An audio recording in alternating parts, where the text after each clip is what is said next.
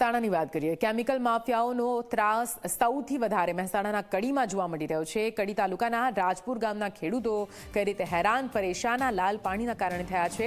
આ દ્રશ્યોમાં આપ જુઓ. ખેતરમાં પાણીના બોરમાંથી લાલ પાણી આવી રહ્યું છે. આવા પાણીથી ખેડૂતોના પાકને નુકસાન જઈ રહ્યું છે.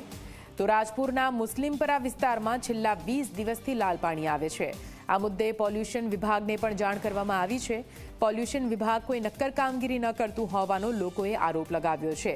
કેમિકલ ફેક્ટરીઓ ભૂગર્ભ વેસ્ટ કેમિકલ જમીનમાં ઉતારી રહ્યા છે અને તેના કારણે લાલ પાણી આવી રહ્યું છે.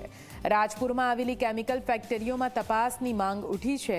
આ સમગ્ર મામલે પ્રાથમિક આરોગ્ય કેન્દ્ર રાજપુરના ડોક્ટર કેતન સોલંકીએ જણાવ્યું કે લાલ પાણીના કારણે પાણીજન્ય રોગો તેમજ કેન્સર જેવા રોગોમાં વધારો થયો છે. ગામમાં રોજના 20 જેટલા ચામડીના અને મહિને 4 જેટલા કેન્સરના રોગોના દર્દીઓ આરોગ્ય કેન્દ્રમાં આવી રહ્યા છે. છેલ્લા 10 વર્ષથી આ તકલીફ છે. અલગ અલગ બોરની અંદર આવું પાણી આવે છે. કેટલા લોકો તો અહીંયાથી પલાયન કરીને જતા રહ્યા, ખેતરો વેચીને સાહેબ. અહીંયા જે કેમિકલની કંપનીઓ છે એ લોકોનું પાણીનું જે નિકાલ કરવું જોઈએ કેમિકલનું એ રીતના કરતા નથી કાયદેસર, અને જમીનની અંદર ભૂગર્ભ હોલ કરી અને એમાં પાણી નાખતા એવું લાગે છે અમને. સર, આજે 10 વર્ષથી તંત્ર કોઈ એક્શન કોઈ પગલાં લેતી નથી.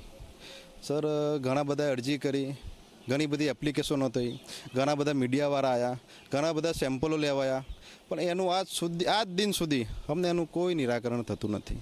25 મણ જેવું ગણાત થાય છે. અનાજ ઉપજાવ નથી અને જે ઢોરો માટે ઝાડ છે, લચકો છે એ વાવીએ એમાં પણ અમને પોતું જે અંદર જે પૈસા નાખીએ છીએ એનું વળતર પણ અમને મળતું નથી.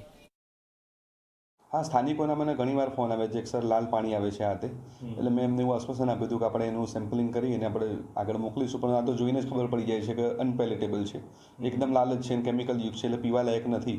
એટલે મેં લોકોને ફર્સ્ટ તો એમ જ કહ્યું છે કે એ બોરનું પાણી જો તમે પીવામાં વાપરતા હોય તો વાપરવાનું બંધ કરી દેવું.